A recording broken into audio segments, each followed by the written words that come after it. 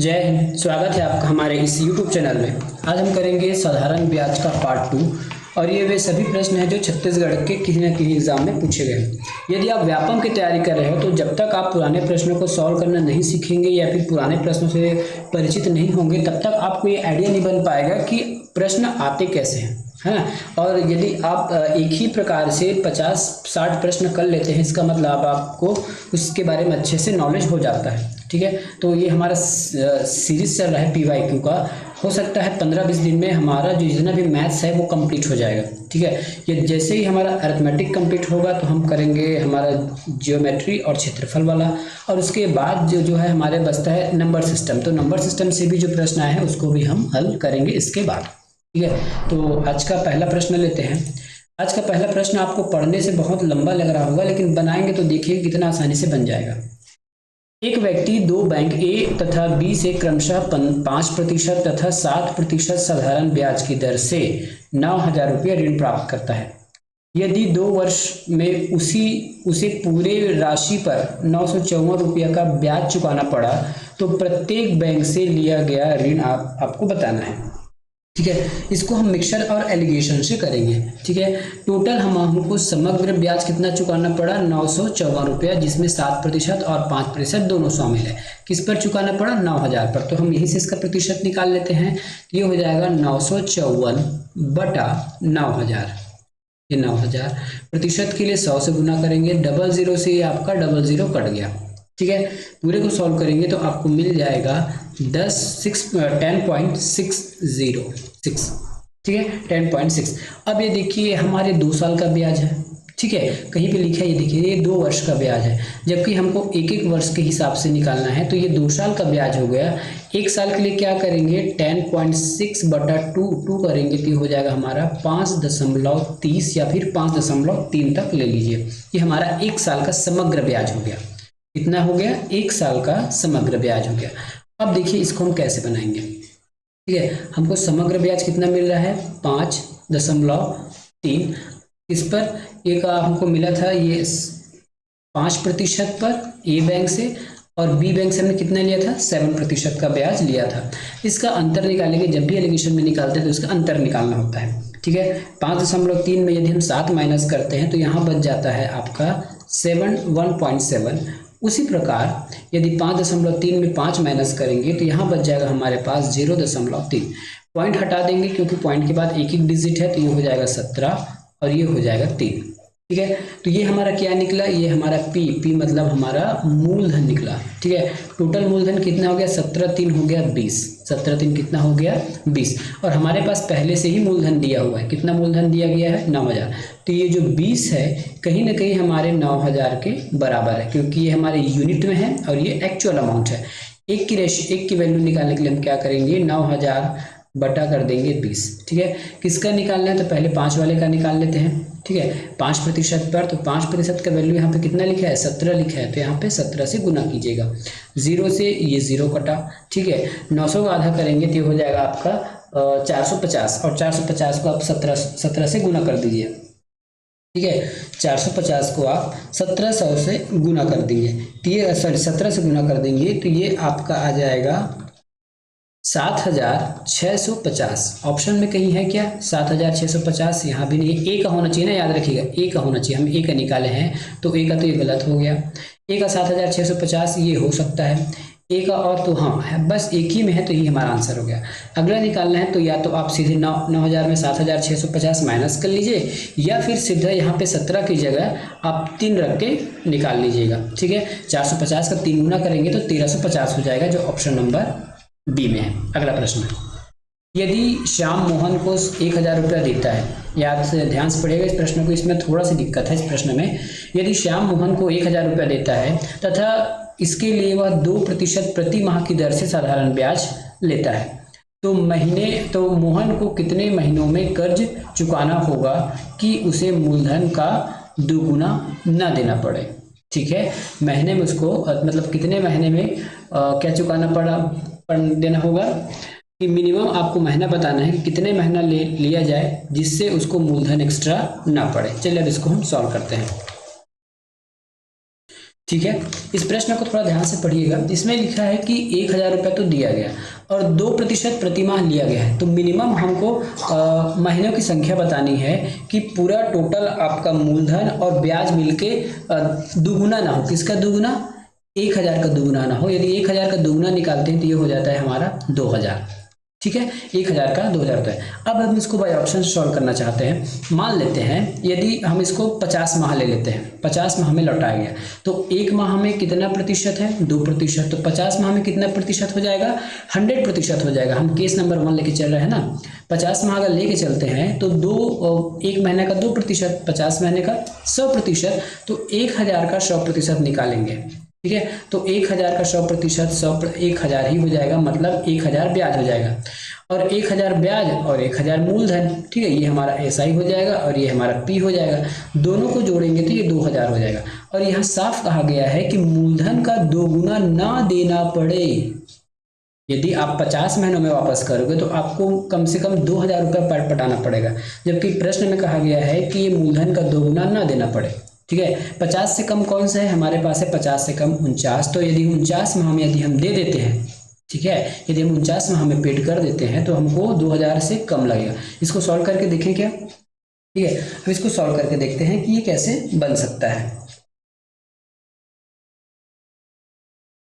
ठीक है, अब चलिए हम देखते हैं कि अगर 49 माह में लौटाया जाए तो क्या 2,000 से अधिक जा रहा है क्या, ये देख लेते हैं, है ना। मान लेते हैं अगर 49 माह में लौटाया जाएगा तो एक माह का 2%, तो 49 माह कितना हो जाएगा? ठीक है, 98% हो जाएगा। ठीक है, तो 1,000 का हम क्या निकालते हैं? 98% निकालते हैं। तो 1,000 का 98 पर 00 से 00 कटा, ये हो जाएगा हमारा 980 ब्याज हो जाएगा। और मूलधन को भी अगर हम जोड़ लेते हैं तो ये हो जाएगा हमारा 1,980 रुपया हो जाता है। तो मेरे ख्याल से आंसर 49 होना चाहिए, क्योंकि जैसे क्वेश्चन में कहा कि दुगुना ना देना पड़े, लेकिन व्यापम ने क्या किया है? व्यापम ने इस 50 को आंसर ले लिया है। ठीक है, ये प्रश्न कब आया था? ये आया था आपका CGPSC PDO 2015 का प्रश्न है, और व्यापम के हिसाब से आंसर ये है, लेकिन मेरे ख्याल से गलत है। ठीक है, मैं अगर रहता तो मैं 49 को आंसर लगा के आता, क्योंकि यहाँ पे साफ कहा गया है कि मूलधन का 2 गुना ना देना पड़े। ठीक है, मूलधन का, तो हम कितने महीनों का कर्ज चुकाने का मतलब होता है मूलधन और ब्याज दोनों देना है। तो मेरे हिसाब से 49 माह होना चाहिए। यदि कहीं किसी को लगता है कि 50 माह होना चाहिए तो जरूर कमेंट करके बताइएगा। दो विभिन्न बैंक द्वारा राशि 500 रुपये पर 2 वर्ष में प्राप्त ब्याज का अंतर, ठीक है, प्राप्त ब्याज का अंतर 2.5 रुपया है। उसके ब्याज में वार्षिक दर का अंतर क्या है? दो विभिन्न बैंक है, 500 रुपया लिया 2 साल के लिए। अब ब्याज राशि में अंतर होने की वजह से 2.5 रुपया अधिक हो गया। हम सबसे पहले एक बैंक के पास चलते हैं। ठीक है, 2 बैंक से लिया गया ना, हम एक बैंक के पास चलते हैं। तो एक बैंक में मूलधन लगाया गया 500, ठीक है, कितने साल के लिए? 2 साल के लिए। कितना इसमें इंटरेस्ट लिया गया? तो 8% इंटरेस्ट लिया गया। ठीक है, 8%। कितना आ रहा है ये तो बताया नहीं गया। अब हम माइनस करेंगे, अगले बैंक के पास चलेंगे, उतना ही पैसा इन्वेस्ट करना है। ठीक है, तो 500 रुपये हमने यहाँ इन्वेस्ट किया 2 साल के लिए, और यहाँ स्मॉल r ले लेते हैं। ठीक है, यहाँ भी कितना होगा? 100%। ठीक है, अब इन दोनों का अंतर कितना आ जाता है? ठीक है, ये आप यहाँ जहाँ कहीं लिख लें, इन दोनों का अंतर हो जाता है 2 रुपया 50 पैसा। ठीक है, दोनों का अंतर क्या आ गया? 2 रुपये 50 पैसा। अब इसको हम सॉल्व करेंगे। ठीक है, सो इसको हम क्या कर देंगे? सॉल्व करेंगे तो कैसा आंसर होगा? ध्यान से देखिएगा, इसको बनाना कैसा है। इस 0 से ये 00 कट गया, ठीक है, कट गया। अब इस 0 से ये 00 कट गया, बचा क्या? 5 दूनी 10 और r, मतलब ये हो जाएगा आपका tan r, माइनस यहाँ भी 5 दूनी 10 और ये r हो जाएगा, तो ये हो जाएगा आपका tan r बराबर 2.5। ठीक है, 10 को हम पक्ष कॉमन निकाल लेते हैं, तो r माइनस स्मॉल r बराबर 2.10। ठीक है, r इंटू r बराबर निकाल सकते हैं यहाँ पे 2.5/10। ठीक है, 2.5/10। अब देखिए, अब इसको हम कैसे सॉल्व करेंगे। ठीक है, सॉल्व करेंगे। देखिए, ऊपर आपका पॉइंट के बाद 2 डिजिट है, यहाँ पॉइंट है नहीं, नीचे का 0 हटाना होगा, तो आपका जो पॉइंट है वो लेफ्ट साइड हट जाएगा। लेफ्ट साइड हटने के बाद यदि नीचे का 0 हटाना है तो यहाँ पे लग जाएगा 0.25%, 0.25%। ऑप्शन नंबर कहीं पे है क्या? ऑप्शन नंबर सी पे है। ठीक है, इसको मैंने कॉन्सेप्ट में नंबर सिस्टम में बहुत अच्छे से बताया है, जिसमें मेरे यूट्यूब पर पुराना क्लास है, उसमें मैं बताया है कि डॉट यदि लगा है तो जीरो को किस साइड बढ़ाएं ताकि वो एडजस्ट हो जाए डिजिट। ठीक है, ये आप देख लीजिएगा, या सीधा सीधा 250 2.5 में आप 10 का डिवाइड करेंगे तो भी आपको आंसर यही मिल जाएगा। अगला प्रश्न, कोई धन साधारण ब्याज की दर से 6 वर्ष में 2 गुना हो जाता है तो कितने वर्ष में 4 गुना हो जाएगा। ठीक है, कोई भी धन ले लेते हैं। देखिए, मैं अधिकतर जो पढ़ाता हूँ उसमें सूत्र कम रहता है, क्योंकि आप लॉजिक से बनाओगे तो कभी सूत्र याद करने की जरूरत ही नहीं रहेगा। जैसे हम मान लेते हैं कोई धन हमारे पास 100 रुपया था। ठीक है, 6 वर्ष में 2 गुना हो जाता है तो ये 6 ईयर ले लेते हैं, दो गुना हो जाएगा तो कितना हो जाएगा, 200 रुपया हो जाएगा। ठीक है, इस 200 रुपये में 100 रुपये तो मेरा मूलधन है, क्योंकि ये हमारा पी रहता है प्रिंसिपल अमाउंट, ये हमारा अमाउंट रहता है, अमाउंट मतलब मिश्र धन होता है। तो इस 200 रुपये में 100 रुपये तो मेरा पहले से लगा हुआ है मूलधन। तो एसआई यहाँ से कितना निकला, एसआई यहाँ से निकला मेरा 100 रुपया, और ये 100 रुपये कितने में मिला मुझे, 6 साल में मिला है। तो 1 साल के लिए क्या होगा, 1 साल के लिए आप 6 से डिवाइड कर दीजिए। मैं बहुत कुछ लिखता नहीं हूँ ना, आप चाहो तो नोट्स बनाते समय लिख लो ना, बात सुन के मैं ज़्यादा बहुत कुछ लिखता नहीं हूँ एग्जाम में, आपको भी इसी बनाना है। तो 1 साल का ये हो गया। ठीक है, 1 साल में कितना मिलेगा, 100 बटा 6 रुपया मिलेगा। अब फिलहाल इसको यही रहने दीजिए, आगे इसको कैलकुलेशन हम फिलहाल नहीं करते। ठीक है, आगे हम इसको फिलहाल कैलकुलेशन नहीं करते, इतने में ही आपका काम बन जाएगा, देखते जाइएगा। ठीक है, तो ये कितना क्या हो गया हमारा, 1 साल का हो गया। 1 साल में हमको इतना रुपया मिलता है। आप चाहो तो इसको सॉल्व भी कर सकते हो। ठीक है, लेकिन अगर सॉल्व नहीं करना चाहते हो तब क्या कैसे करेंगे, देखिए ये 1 साल में हमको इतना पैसा मिल रहा है।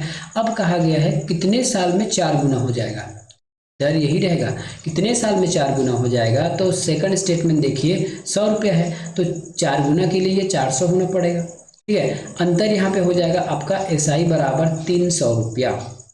ठीक है, 1 साल में कितना मिलता है, 100 बटा 6 मिलता है। अब इसको हम भाग लगा देंगे तो हमारा आंसर आ जाएगा।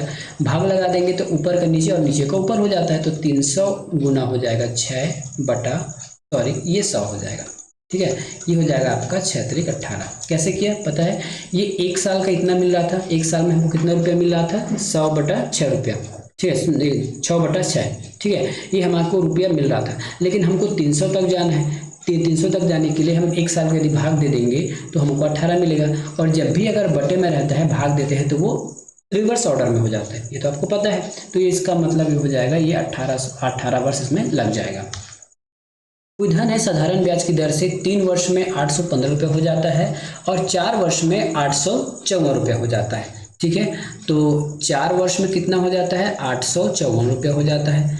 3 वर्ष में कितना होता है, तो 3 वर्ष में होता है ये आपका 815 रुपये हो जाता है। ठीक है, अंतर निकालेंगे तो यहाँ 1 वर्ष का अंतर निकलेगा, और अमाउंट में कितने का अंतर निकलेगा ये। ठीक है, अमाउंट में भी कुछ अंतर निकलेगा ना, अमाउंट में कितने का अंतर निकल रहा है, देखिए अमाउंट में आपका अंतर निकल रहा है इसमें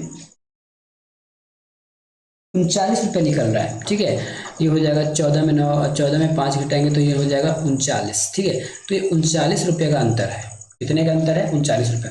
मतलब 1 साल में 39 रुपये का ब्याज मिल रहा है।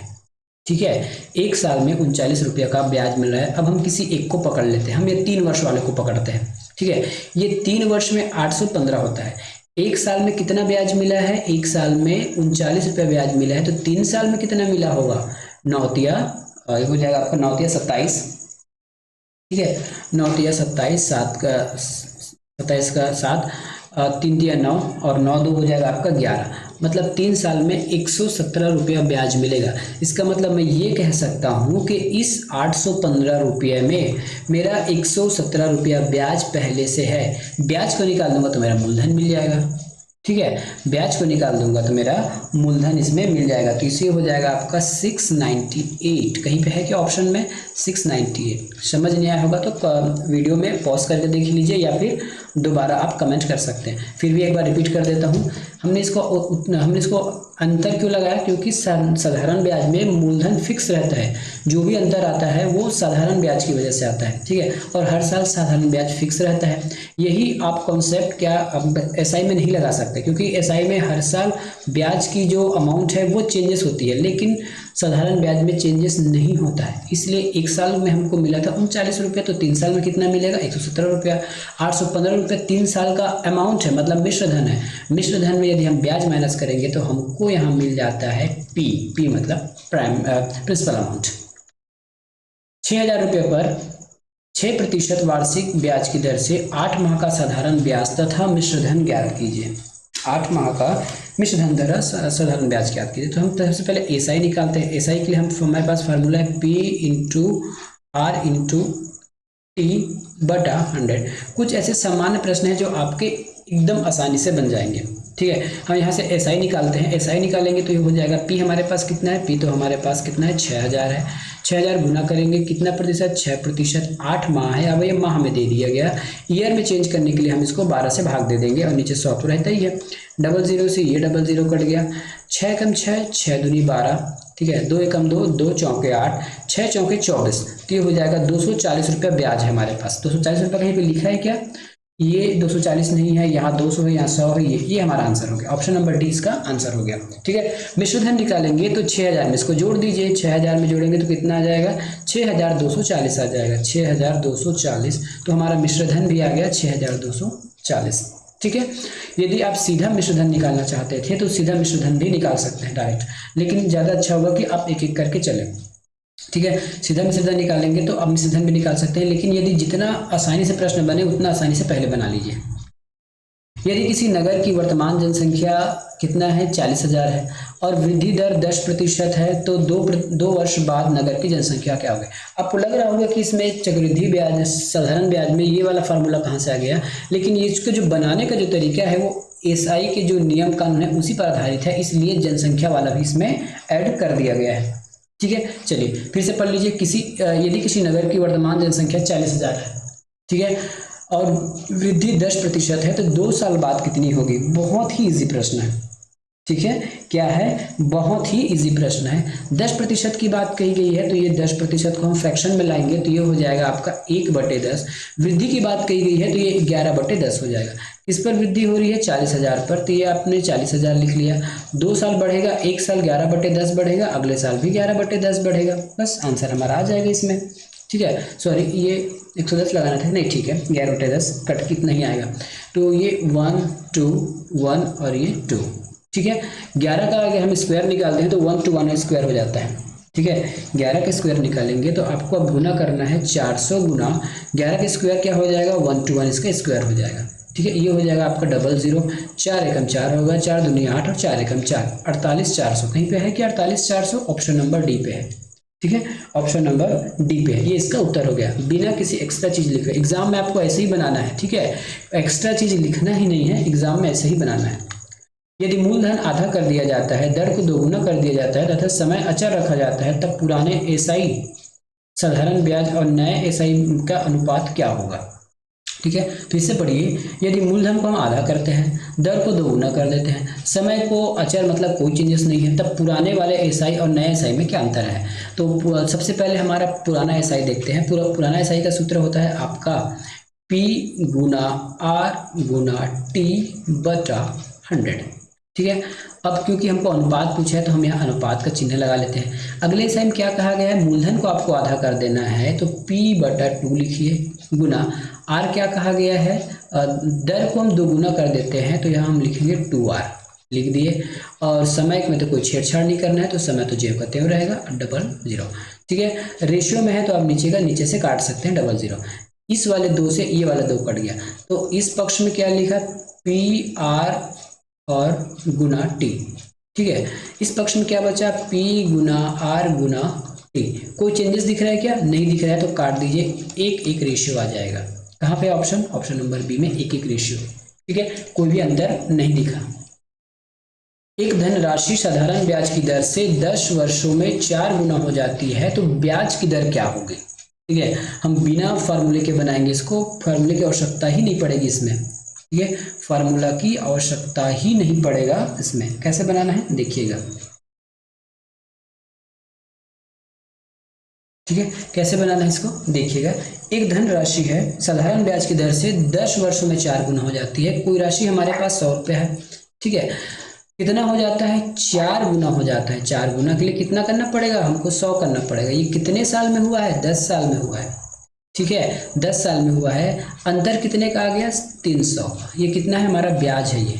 ठीक है, ये ब्याज कितने साल में मिला है, 10 साल में मिला है। 1 साल का ब्याज कितना हो गया, 30 रुपया हो गया। ठीक है। 1 साल का ब्याज हमको 30 रुपये मिला और हमारे पास मूलधन था 100 रुपया, तो जो 30 है 100 का कितना प्रतिशत है, ठीक है, डबल जीरो से डबल जीरो कटा, 30% है।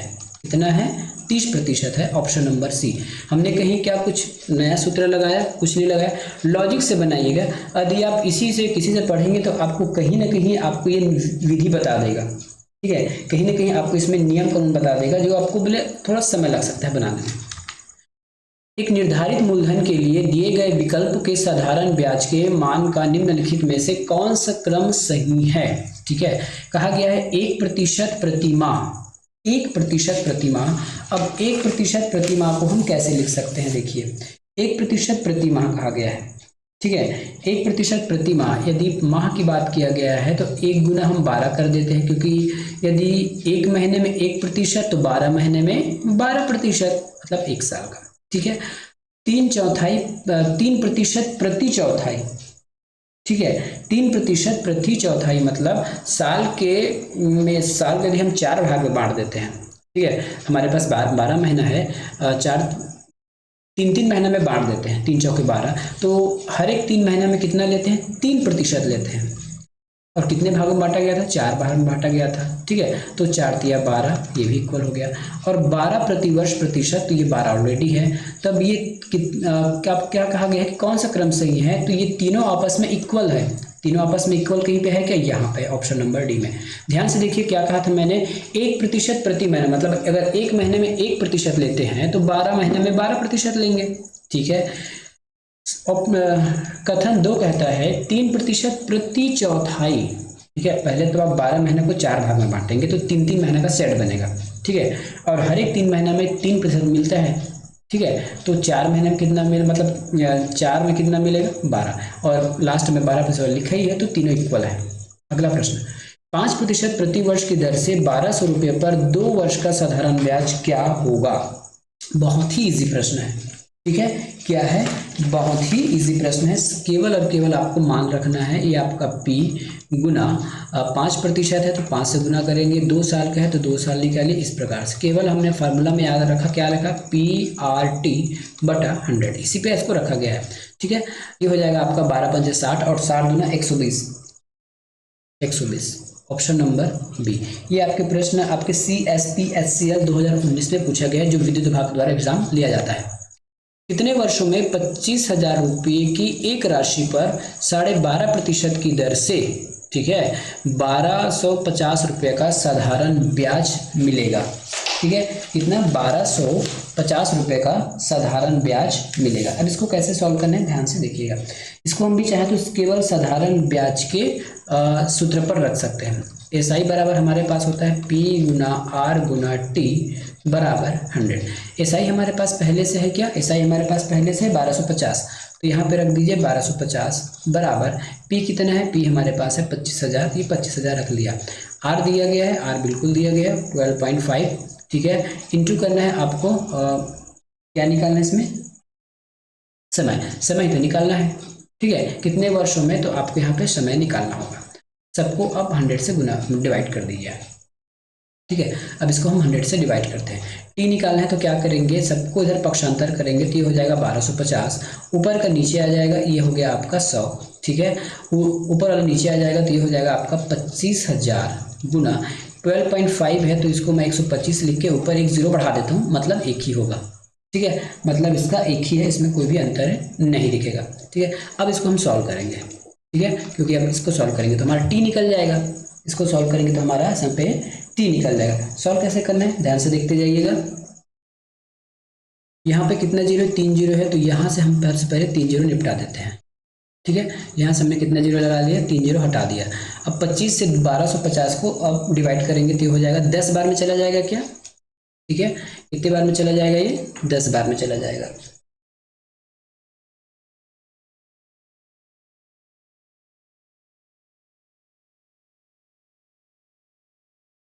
ठीक है। 10 बार में नहीं जाएगा जी, ये आपको चला जाएगा 50 बार में जाएगा। 25 पंचे 125 होता है ना, तो ये 50 बार में चला जाएगा, ठीक है। अब 50 और 250 125 को हम डिवाइड करते हैं तो 0.5 आ जाएगा आंसर। क्या आ जाएगा, 0.5 4 आ जाएगा। लेकिन व्यापम ने आंसर ले लिया है 4, जबकि गलत है। ठीक है, ये 0.4 ही आंसर आएगा।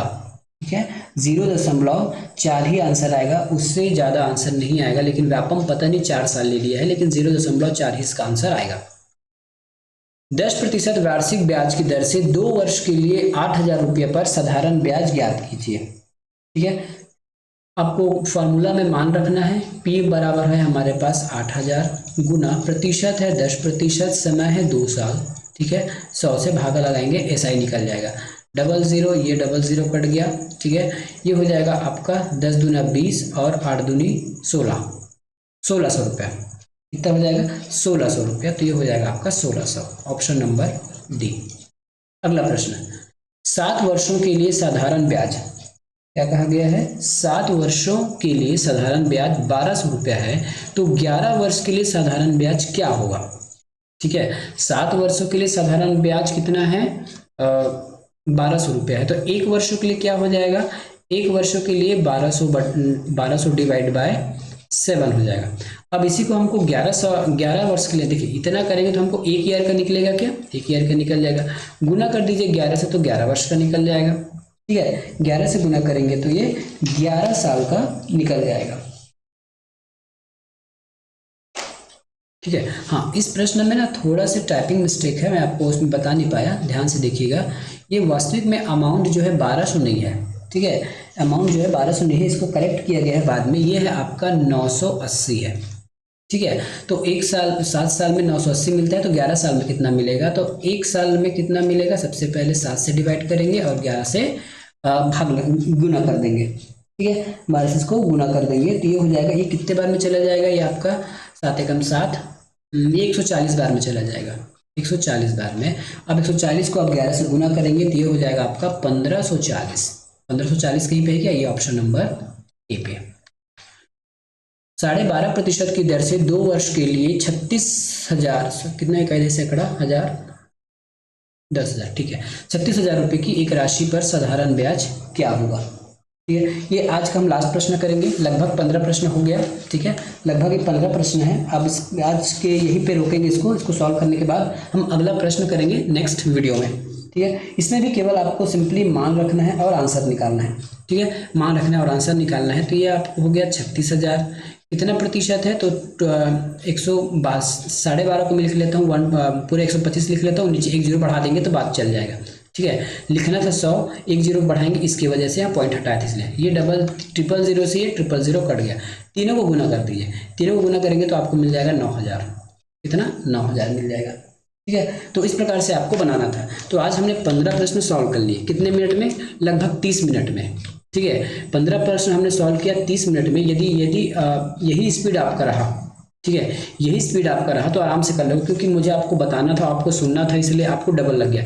बस इसको आप 1 मिनट मान के चलिए, मतलब 1 मिनट में आप 1 प्रश्न कर रहे हो। ठीक है, ऐसा मान के चलिए, आपको बहुत जल्दी स्पीड पकड़ लेंगे और प्रश्न अच्छे से बना पाएंगे। मिलेंगे नेक्स्ट वीडियो में। धन्यवाद।